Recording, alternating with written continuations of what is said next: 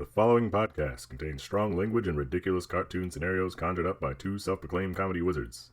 Between you and me, they're more like Saturday morning court jesters fueled by sugary cereal.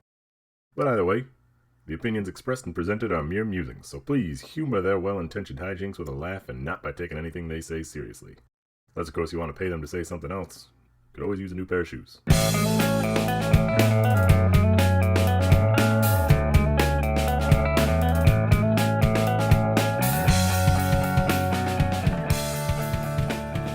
How do you do there? Welcome on in to ReviewParty.com. I'm Brent. I'm Matt. On this little Buckaroo Sundown Showdown, we got comedy podcasts. This is a comedy podcast. It's on the internet. Cowboys do be using the internet, and when they do, they like to leave reviews of things like horseshoes, 10-gallon hats.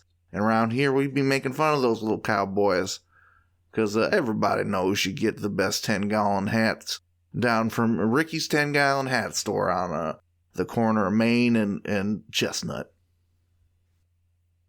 This is not a paid review. I just really like Ricky's. Ricky's a good man. Ricky's a good guy, dude. They got the 10-gallon guarantee. He said, you can't fill this bad boy with 10 gallons of piss. It's your money back. Yeah.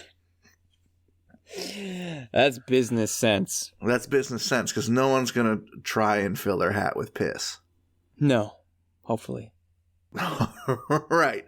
If someone says, hey, I filled this with 10 gallons of piss, you say, where did you find 10 gallons of piss, you village pariah? Get out of my store. And that's as simple as that. No money, he never has to pay him back. Matt, I have a review. Yeah, what for? Morbius from Amazon by Jared Leto. Maybe we're a little bit behind the curve on this little meme here. Okay. Making Morbius jokes was cool, a month ago? If there's a curve, there's no better place to be than behind it. Know what I mean? Exactly. Nodding. But I thought, the joke was too much to have its own meme and meme reviews. I'm not going to watch and review that movie. So Let's just include it here. Or I don't even want to do the research to find out if it's truly a meme review. The movie itself is more of a meme than a review. Mm-hmm. Anyway, before I get philosophical on us, this review is written by Maxwell 5, or maybe Maxwell V. I'm not sure. They're the sort of Roman numeral connotation there. Morbius Sweep is the title of it. Morbius, starring Jared Leto as the titular character of Dr. Michael J. Morbius, a.k.a. Morbius, is a masterpiece of filmmaking. The first 11 out of 10 movie to exist. In fact, if you disagree, you're wrong. It made $10 billion at the More box office, which was the highest grossing movie ever of all time. It pleased audiences everywhere with its intricate storytelling, deep themes, and most of all, the performance of a lifetime from Jared Leto as Dr. Michael J. Morbius himself. I watched this movie 837 times in the theater. I quit my job so I could watch this movie more times, but it was worth it for Morbius. I think after seeing it this many times, I am starting to see a little myself in the protagonist as well. My wife gets mad at me when I tell her I have the powers of Morbius, saying doubtful statements such as, you are not a vampire, and you cannot fly, and I am leaving you and taking the kids, but I don't care. She doesn't understand. This is the experience of a lifetime. Do yourself a favor and support this movie so we can get Morbius 2 and into the Morbiverse in the future. I personally bought 3, one for the Father, Son, and the Holy Morbius. After you watch this movie, you will be glad you met Dr. Michael J. Morbius. 5 stars. Wow, buddy went hard. This guy was in the meme storm, picking out the funniest Morbius memes to put together in a little review for us here. He is in the eye of the hurricane with chopsticks, just... Yeah, I'm going to take that, I'm going to take that, I'm going to take that. Just thousands of scary Jared Letos flying around him. Filling him with power. Should I feel bad for Jared? No, he's a total dickhead. Oh, he's celebrity bucket of shame for 5 or 6 for sure. Is he? He's a cult leader. He is. You don't know about the 30 Maybe I Seconds to Mars little cult outing that he has?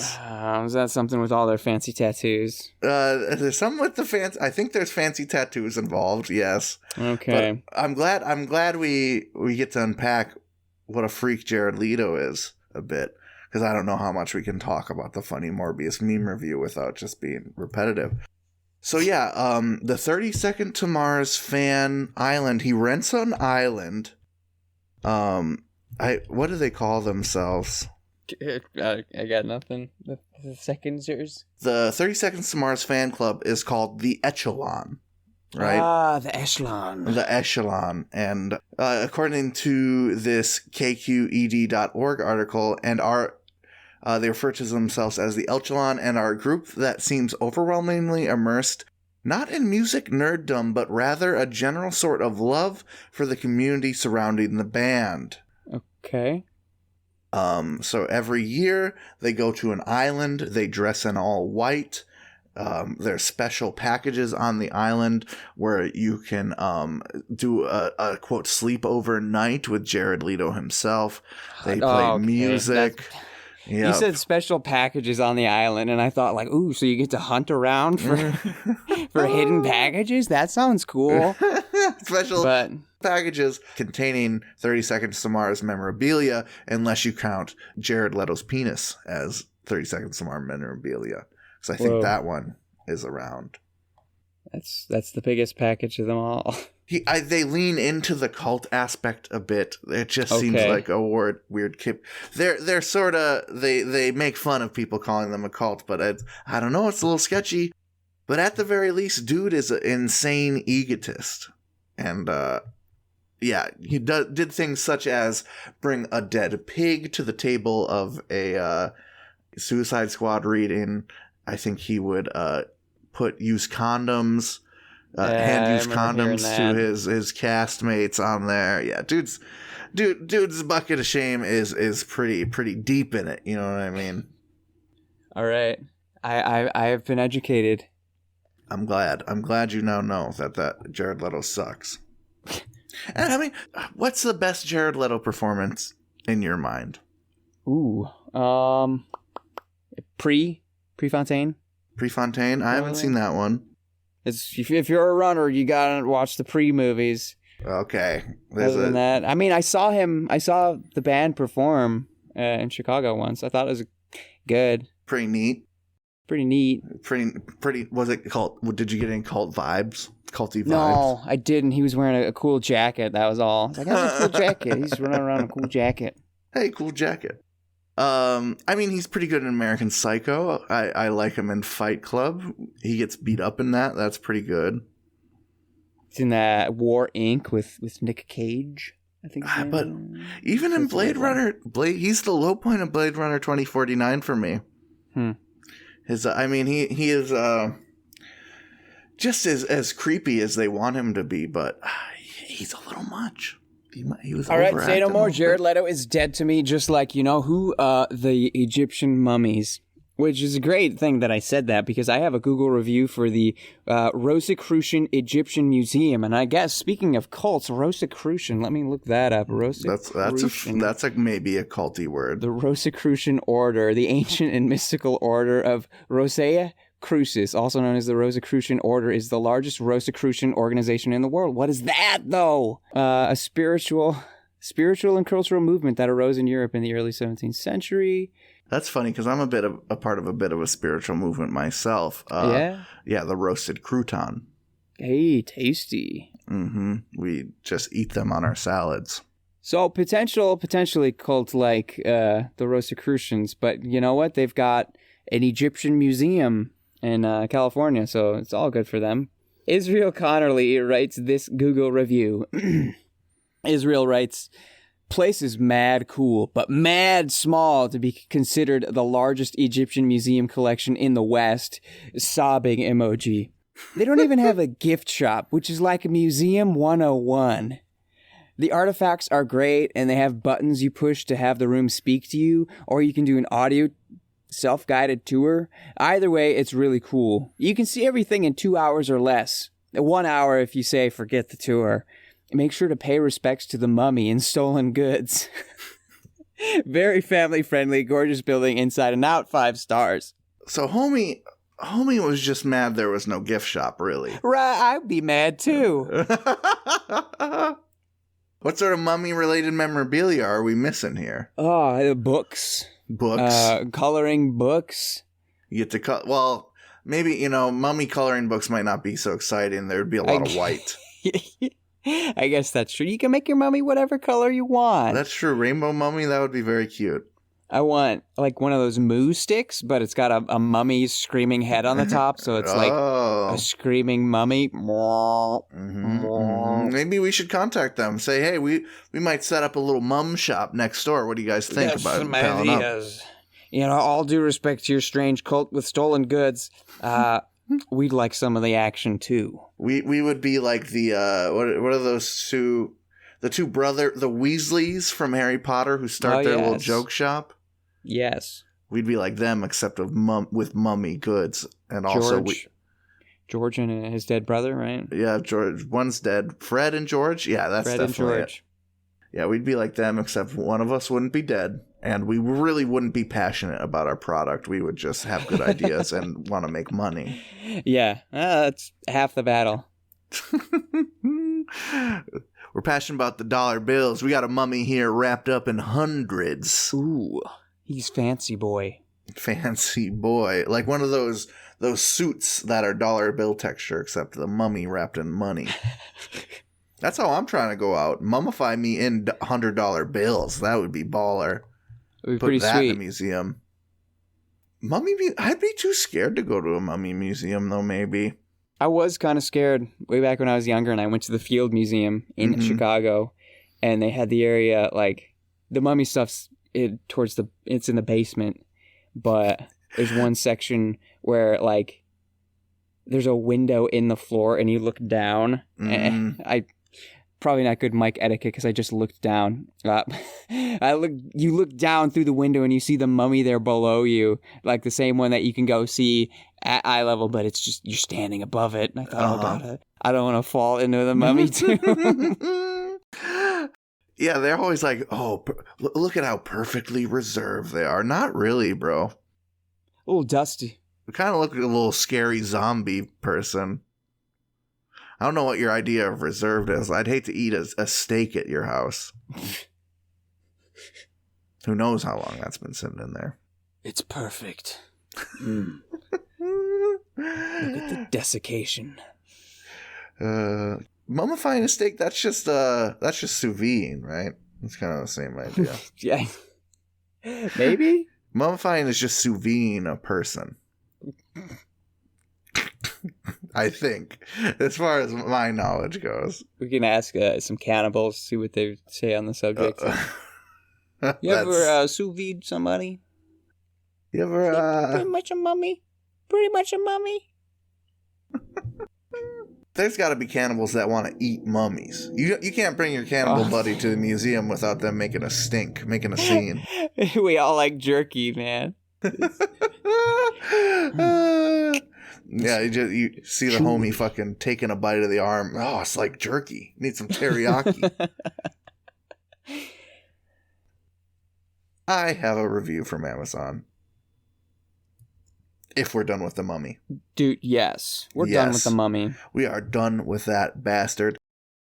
Amazon.com review for the product Matane Travel Laptop Backpack Business Anti-Theft Slim Durable Laptops Backpack with USB charging port, water-resistant college school computer gift bags for men and women, fits 15.6 inch notebook gray. It's a freaking backpack, people. Nice. Is written by MGF, my gangster father. Travelers beware, auto eject pocket.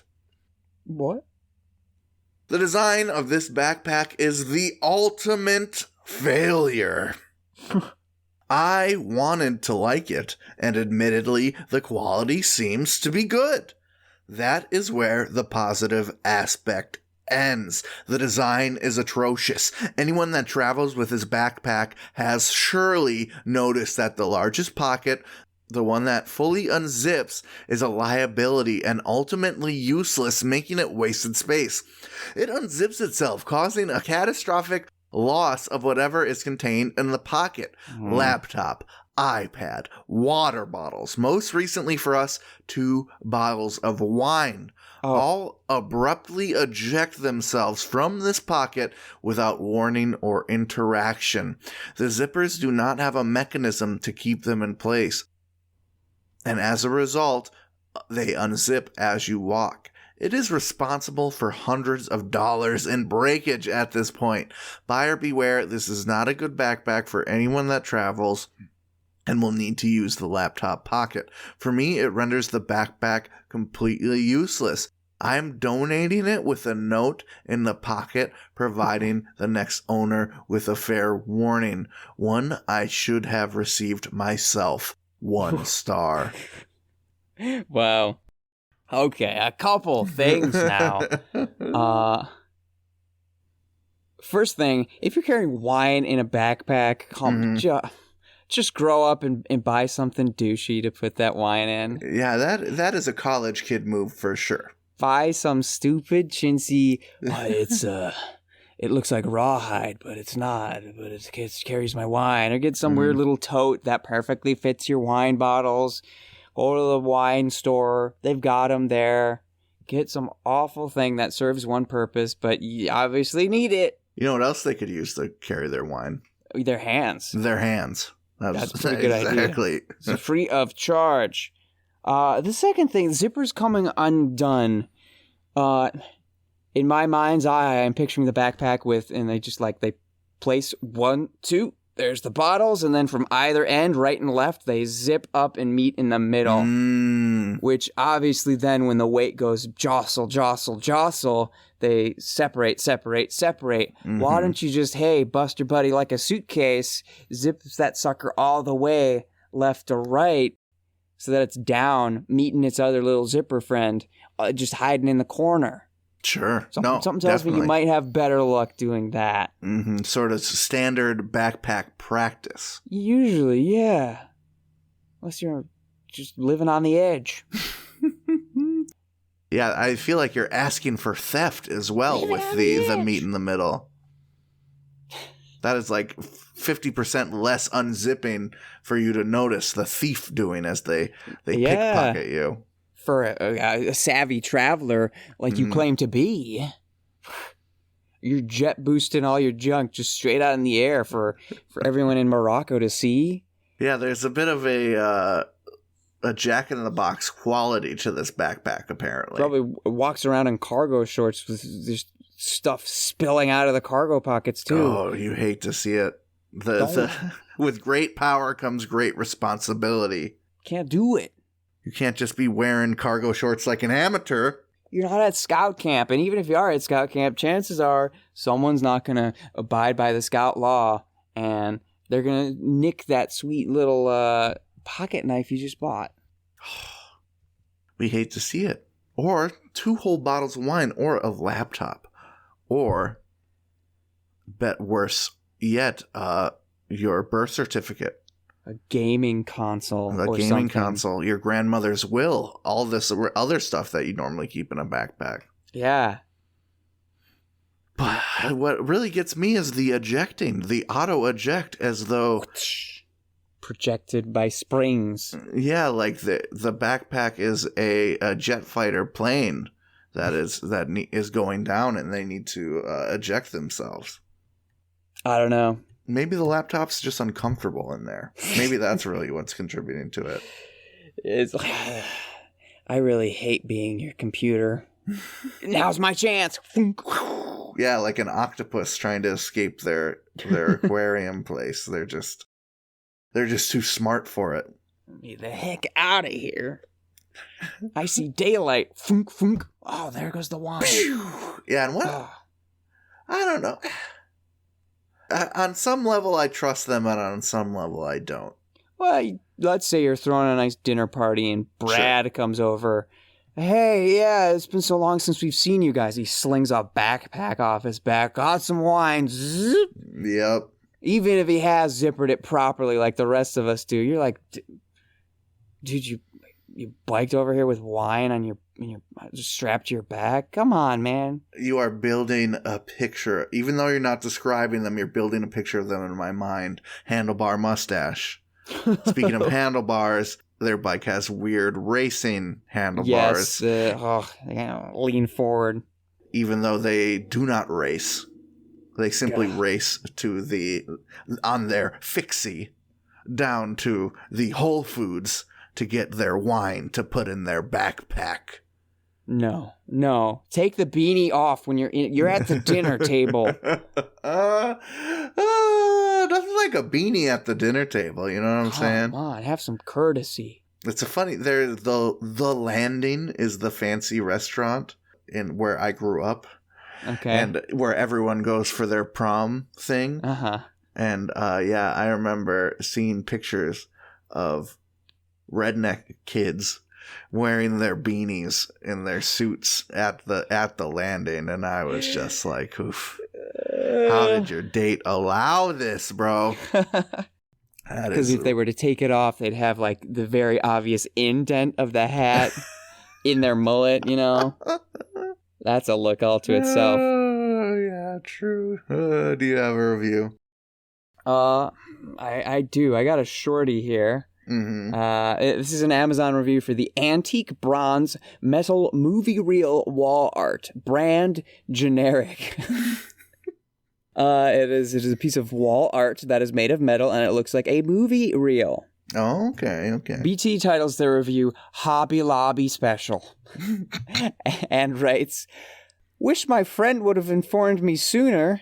Showed her the pretty I had bought for my movie-themed living room, and she said, 'Oh, that's at Hobby Lobby for a lot cheaper.' 3 stars. I can't argue with that, I guess. Oh, there's a lot there, even though it doesn't seem like it at first glance. One thing I want to point out, maybe she missed a word, but I don't think so, in saying, showed her the pretty I bought. Yeah, it's.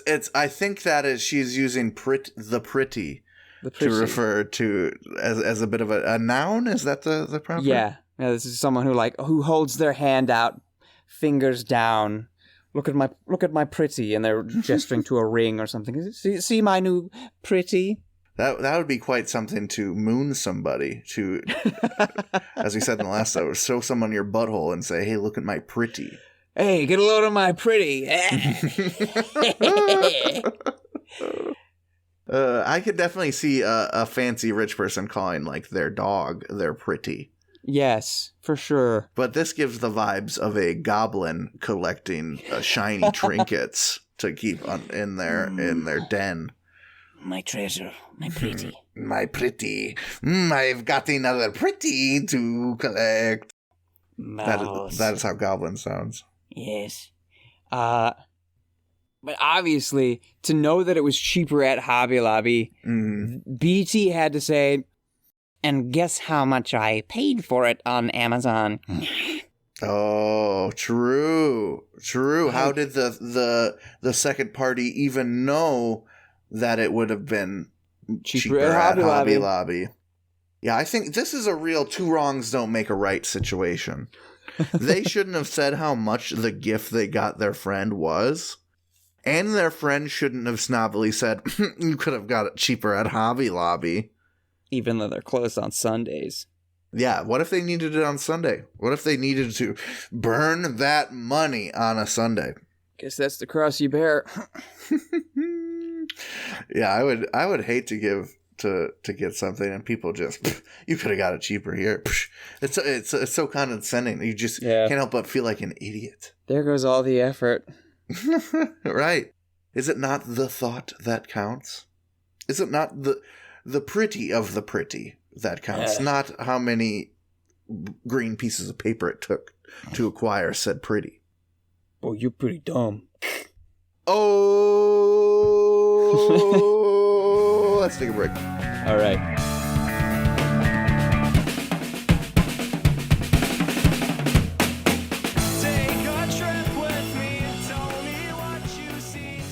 Hey everybody, thank you for listening to our lovely little podcast. If you'd like to go above and beyond in supporting our show, or have the most fabulous conversation starter since sliced bread, go to reviewparty.com. Click on shop and explore some fabulous t-shirt designs. Where's your favorite place to wear a t-shirt? On my body. Mine is at the store. That is a good place to wear a t-shirt. Reviewparty.com. Click shop. Why stop there? Don't stop now. Don't stop me now, because I'm buying a t-shirt. I'm buying a shirt. Ladies and gentlemen, welcome to the second half of the episode, and welcome to something a little different. It's been a good handful of episodes by now, but at one point I referenced a movie called Eat the Sun. Mm-hmm. If you don't know which episode that was, go back and listen to all of them to figure it out. Yeah, that's really the best way to do it. It's probably within the last 10 or 15, but or 100. Start at like 5 and work your way up, just to be safe.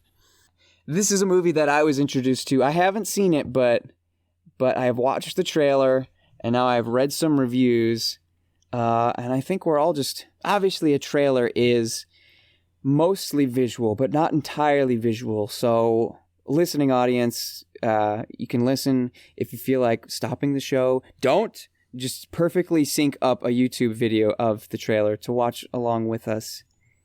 Brent, are you ready to watch? I am ready. Maybe I should read the description of the movie first. Sure.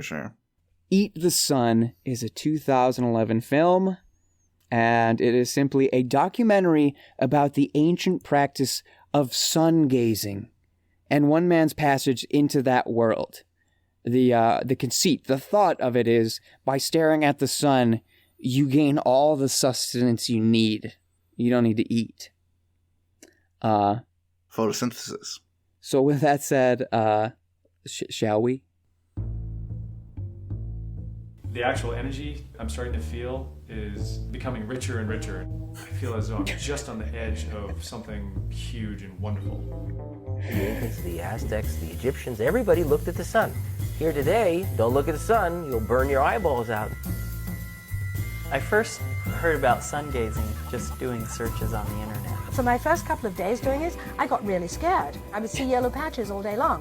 Now I need to find out why it is. Without any other disciplines, I'm 10 times stronger. Since I've been sun gazing, I haven't been as hungry. So why do you sun gaze? When I first read your website, I mean, why not? And now I'm at a point where it's so many more minutes, 38 minutes versus 2 minutes is huge. The sensations have been unbelievable. How could you possibly imagine what it could do? You can't. Even if you pay me $1 billion, I will not eat. First I heard about HRM. He has not eaten. I said, come on now. It can't be that. We didn't really find abnormality anywhere, except this finding of MRI which showed enlarged pineal gland. We can receive the nourishment and the energy that we need directly from the sun. I don't think that that's going to be biochemically possible. You feel better not eating. The food that it gives is spiritual, not physical. How you use the physical sun to get there is a very highly advanced process. This journey and quest of meeting all these people has just been unreal. Can I ask the reason why you're doing this? I'm still working on that. If you don't look at the sun properly, it can just consume you. We're ready to get ready to inject. Steady. A piece of me died when she gave me those results. Can you show me the photographs? You can't lie to yourself. I mean, you can, but it only will start ripping you up from the inside. It could be that these are the modern day pioneers of a whole new evolutionary leap. If there's just at least one person who's done it, that means it's possible. All of it is considered Fruit Loop, New Age gobbledygook. But is it possible? Yeah? Why don't you tune yourself and find out? God. I'll reserve any judgment until the review. All right. Let's let the review do the talking here. Here's a review written on Amazon by Zardoz. In case you didn't know, this is our cult-themed episode. Because Zardoz titles their review, Interesting View of Con Man and His Cult. Zardoz writes, this film follows the adventures of a man who is lured into a group that practices an activity called sun gazing. Sun gazing supposedly cures all emotional, mental, and health problems by simply gazing at the sun in daily, ever-increasing incremental periods of time, building up to 40 minutes, upon which all of your problems will be solved. And supposedly, one would never need to eat food again after that because the sun would provide all the nourishment one would ever need, according to their leader, an Indian immigrant who goes by the name HRM. HRM claimed for years that he stopped eating for years due to the effect of sun gazing. The film follows a man who damages his eyes performing this dangerous and foolish practice. And sadly, the film cynically uncovers the fact that the sun-gazing cult leader known as HRM eats at an all-you-can-eat Indian buffet every day of his life. Before you are inclined to follow this dangerous and deeply foolish practice, you should see this powerful documentary that proves that sun-gazing is a highly dangerous practice. It is sad to see his followers. They have such low self-esteem that they would put themselves and others in jeopardy to follow this cult con leader. Worth a look. 5 stars. Instead, that just puts just such a sad spin on it for me. Uh-huh. I'm a big believer in the power of meditation, you know. Sure. I could never sit and explain scientifically how or why it works other than the practice of focusing, being mindful, and clearing your mind once a day sort of gives your mind a special power to deal with bullshit. It's a nice cleansing sort of filter process for your head. If you know the times in my life where I found time every day to do meditation, my quality of life certainly did increase, whether for whatever reason. You know, I'm not going to get into that. But yeah, I'm sure that's any benefits they're feeling are probably definitely just because they're focusing on something without like any that. distraction. Right. For 5 to 40 minutes a day. That's just classic meditation. What they don't have to do while they're doing that is boil their retinas by staring at the fucking sun. Yeah, that they put in the trailer. The guy's eyes are tearing up. Just literally, dude, looking at this. When you look at the sun for a split second, I'm like, damn. Fuck. Not again. Right. It can ruin your whole day if you look at the sun for a second too long on accident. Got that stupid spot in your eye that won't go away. You hate to see it. And they're just inducing that. I would go insane if I had those spots in my eyes. I mean, just having floaters, when you sometimes see them, it's like, my life is so awful. I have floaters. Having, sunspots, dark spots that you've burned into your eyes. Oh, my God.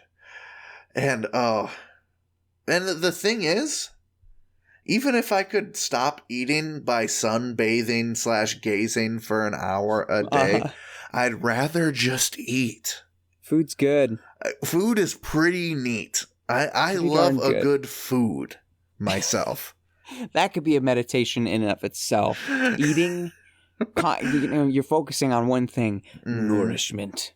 Yeah, I definitely think, eating, the community feeling you can get of having a meal with somebody is definitely a sort of meditation, a sort of therapy. Self-care, therapy, for sure. Exactly. You're being good to yourself. You're giving your body nourishment.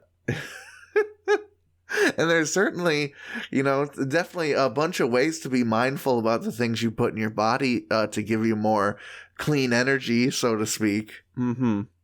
And trying to be an actual plant who practices photosynthesis is not one of them. We are not from the moon of Krypton, people. We don't get our power from the sun. We're not Birdman either. We don't get our powers from the sun. Not Birdman, not Superman, not any of those crazy comic book kooks. Regrettably so. This is our stock in life. You know what the problem with me would be if I got into the sun gazing, I would have to bring some trail mix with. I can't sit here for 40 minutes without a snack. It'll break my concentration. Something like you're going to have to move because, man, another cloudy day in Scotty. That's true. Yeah, no one in Wisconsin can be a sun gazer. That would, you'd get your rhythm thrown off quite a bit. Except on those super bright winter days that we have. Oh, man. Reflecting off the lake and everything. Yeah, you might get supercharged if you do some sun gazing in the Wisconsin winter. Yeah. Did you see Dale? Yeah, he just flew over the house. Whoa. Sun gazing. Motherfucker put on a cape and start blasting off. Said I gotta get closer to this bitch. You gotta get it from the source, untouched by human hands, just like Fiji. Get that fresh sun. But it made me really sad to think about his followers are such sad, lonely, insecure people. Yeah, I mean, when you get down to that point in life, you want to believe that something could easily change it, easily fix it. And there's so many healthier Band-Aids that you could apply to your philosophy. For sure. Than I'm going to burn my retinas out for an hour a day. Religion, there's a ton of theocracies and philosophies that you could read up on to get some perspective on your life. And maybe just go to the Y and join a club and get some, find some buddies, get that community aspect going. Yeah. That's what they're looking for is the community aspect. And maybe it's like the underdog thing that they like sure. This is downtrodden just like I am. Yeah. And now I'm part of the greater downtrodden. Right. And the feeling that everyone else is wrong and you're right, for that. Pretty powerful. Yeah, for that to be confirmed, for have a group of people supporting you in that. Yeah, that can be powerful. It's kind of the fallacy of the external enemy. If you're in a group and you're like, that's who we're fighting against. Really, the point of the group isn't to fight against your enemy. It's to come together. Right. You're distracting yourself when you focus on an external enemy. But I guess if it brings the group together, do what you gotta do. There are like meditation apps that also have a community forum aspect to them. It's gotta be so easy these days. Yeah, there's even the smoking cesspit that is Facebook.com. I know that there are 100, maybe 1,000, maybe 100,000 groups on there full of supportive people that want to share their hobby with others, and it's therapeutic. Yeah. I guess that brings me to a point. These fuckers just need a hobby. These fuckers just got to watch some Thomas the Tank Engine reruns and wear Thomas the Tank Engine hat or whatever sweet hobby they might want. There's something for everybody out there. Get on Reddit. You'll find your folk. Yeah, that's true. It's as much of a smoking cesspit that Reddit can be, there are lots of small to medium-sized Reddits that are absolutely lovely communities. Play a video game. That's worth burning your retinas out for. A sweet video game? Hell yeah. Mm-hmm. They need to put Pong on the sun, then I'd stare at it. Ooh, yeah. Bloop, bloop. Put the bouncing DVD logo on the sun. Stare for hours. I think that's what they get naturally from the spots that develop. Yeah. They get their own internal DVD logo bouncing around. So bad. I have a review. Are we finished with these sun gazers? We're finished with this special episode about the dangers of cults. Yep. If we ever approach you asking to wear all white and come to our commune and pay us lots of money, forget this episode exists. We have your best intentions in mind. I have a review from Yelp for Kopp's Frozen Custard in Milwaukee, Wisconsin. I believe we've been here together. Yeah, before the Brewers game. Oh, that is right, yeah. Lovely place, is it not? Maybe it was after. I don't know. One or the other. It was Brewers game adjacent. As it should be. As is if you want a hot place to go before or after the beer games, get yourself a burg, get yourself some custard. No better place in Milwaukee. But don't take it from me. Take it from Samantha P. Yelp Elite. They write, the custard is hands down the best I've ever had. And there's a reason why their burgers are so popular. There is not one thing on the menu that's not good. Staff is patient and helpful, and food is delicious. The only thing that is kind of a bummer is the seating. There are only concrete benches outside, so it's difficult to eat at. Wish we had some tables so people could sit together comfortably. Besides that, it's the best custard I've ever had. 4 stars. Bruh, I don't know. I kind of dug that. It felt like I was in a park. Yeah. You're in the middle of Milwaukee, and there's a giant pine tree, and you're sitting at a table under it. So cool. A bit of like a urban nature reserve feel. Yeah. You can just turn a corner and you're into a different world. A world of enjoying burgers and custard with your friends. Yeah, you have to process yourself through the glass and stainless steel queues to get your food, and then once more you return to the idyll of nature. Yeah. And greasy burgers. What's better? What a better combo, am I right? That was so good. Yeah, I'm with you. Your statement makes me think, how many restaurants do you go to where you just sit in a booth? And I love a booth. You know what I'm saying? Yeah. A good booth is a home away from home for me. But I've sat at a lot of booths, you know? You can change it up a little bit and get this. You can just sit in your car with your friends and eat. That you're sitting against the hood. A little hood leaner? Hood leaner. Do whatever you want. A nice day in Wisconsin is a nice day. I think that's exactly it. Cops doesn't ask anything of you. They get you that custard, they get you that burger, and then do whatever the hell you want, all right? There's no assigned seating. There's just some cool concrete steps with some pretty trees.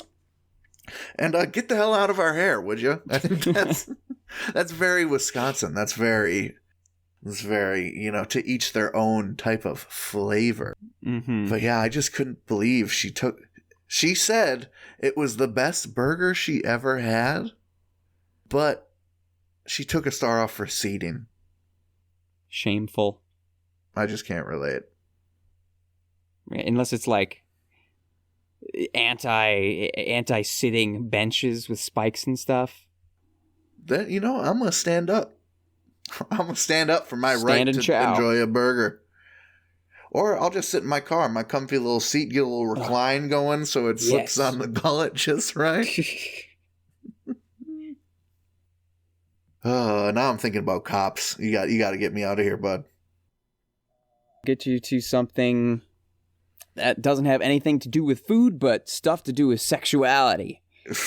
Do you want an Amazon review or an IMDb review? They're both things that we have seen and heard from before, but I found some extra juice.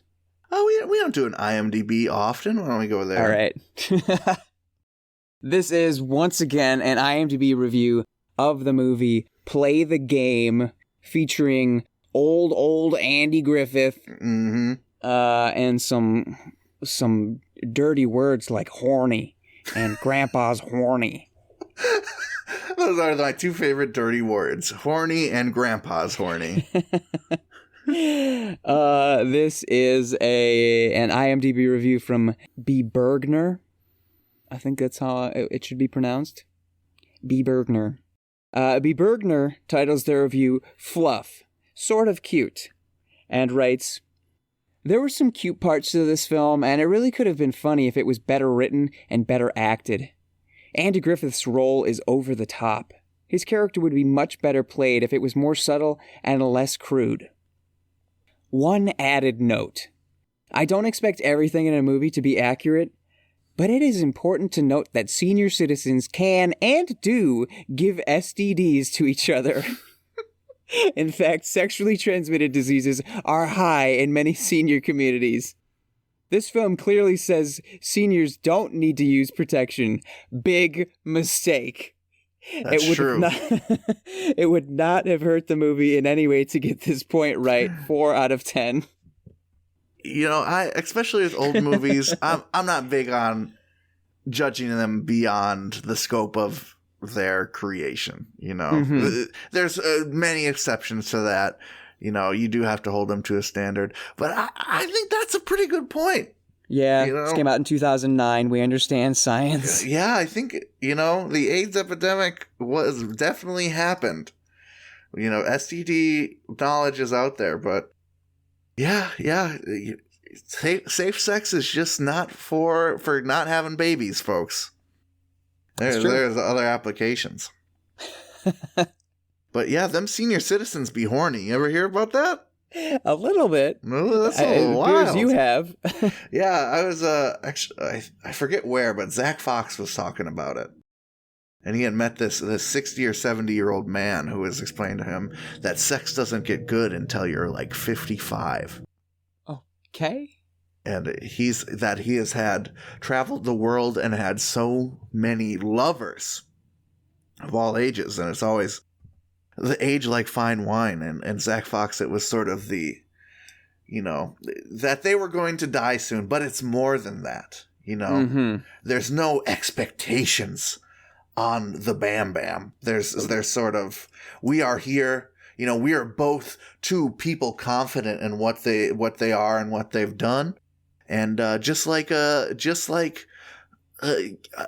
hearty handshake. You know, let's just wham bam, thank you, ma'am, and separate into the night as the wisps.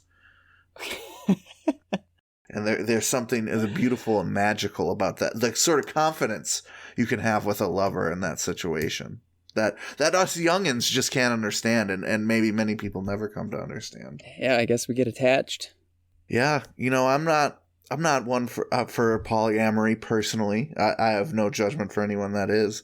I don't picture myself getting to retirement age and seeking out the craziest wham bam thank you ma'am of my life. I picture myself more, you know, staying to myself and maybe immersing into whatever the best MMO of the future there is until I wither away into dust. But hey, you know, sounds pretty neat. If you're going to spend your latter years getting laid and getting paid, so to speak, there's worse things to do with your time, isn't there? There are, yeah. It just be safe with it. That's, yeah. You know, the grandkids want you around. They don't want to have to learn how horny grandpa got syphilis. Even if you're shooting blanks, yeah, that puff of air might have a little siffy sus in it. That's the last thing you want to be explaining to your doctor. Or maybe you do. Maybe there's some old dudes that want to go to their doctor and say, hey, doc, got another one. They got that, I'm about to show you my butthole saunter. They drop trow. They say, hey, guess who? Doc, I came with a present for you. Hands a box, wrapped a box. Doc unwraps it. It's a show me your butthole hat. Because, Doc, there's something crazy going on back there, buddy. You're going to have to check it out. Some kind of extraterrestrial action. But it gets the ladies. They all want to see. And once they've seen... Then we get a little bit mean, Doc, if you know what I mean. We seek out that cream, Doc, if you know what I mean. Oh, boy. Yeah, and then you don't know where one wrinkle ends and another one begins, Doc. It's just we're just like a god-awful beanbag of skin. Me and Loretta, we're just a pile of amorphous goo, becoming one another, Doc. Mr. Jenkins, you don't really need to explain your love life. I'm just here to help you with yours. Doc, you don't understand. Give me 5, Doc. Come on. Doc, I am old and I am getting more tail than I ever have in my life. I was never a doctor. I worked at Circuit City. All right? This is just pretty cool. I just want to share it with somebody. His Loretta's getting a little much, if you ask me. It was fun while it lasted, but I might be checking out of this home and checking out in another one pretty soon, if you know what I mean, Doc. Catch my drift. If you catch my drift. Might be going on a little trip to Barcelona to see what the Spanish retirement homes have to offer. Caliente, Doc. Please, Mr. Jenkins, just let me go through the... Wait, Doctor. First, I have to tell you about ReviewParty.com. You've made it to the end of the episode. Thank you so much for listening. I had some fun today. I had a blast. Talking about Mr. Jenkins' butthole. We got new episodes every Tuesday. That's right, hashtag Tuesday Reviews Day. If you'd like to send an absurd or funny review for us to muse over, please send an email with a hyperlink to that review to reviewparty.com@gmail.com and include your name so we can throw you that credit. If you would like to reach out to us and say, hey boys, what's going on? Hey boys. You can do exactly that on the social media platforms of the day. You can find us on Instagram and TikTok at reviewparty.com, on Twitter at reviewpartypod. And hey, I bet if you went to YouTube, you could also find some reviewparty.com action just a simmering up, just a bubbling through your computer screen. Bubbling. And if you're not having any of that business, then just direct yourself to reviewparty.com. It's our website. It's where you can find all of the episodes, all of the blog posts, which happen to be about reviews. It's got the shop. It's got the sign up for the newsletter that pops up and says, hey, there's another episode and blog post. Check them out. Do those things.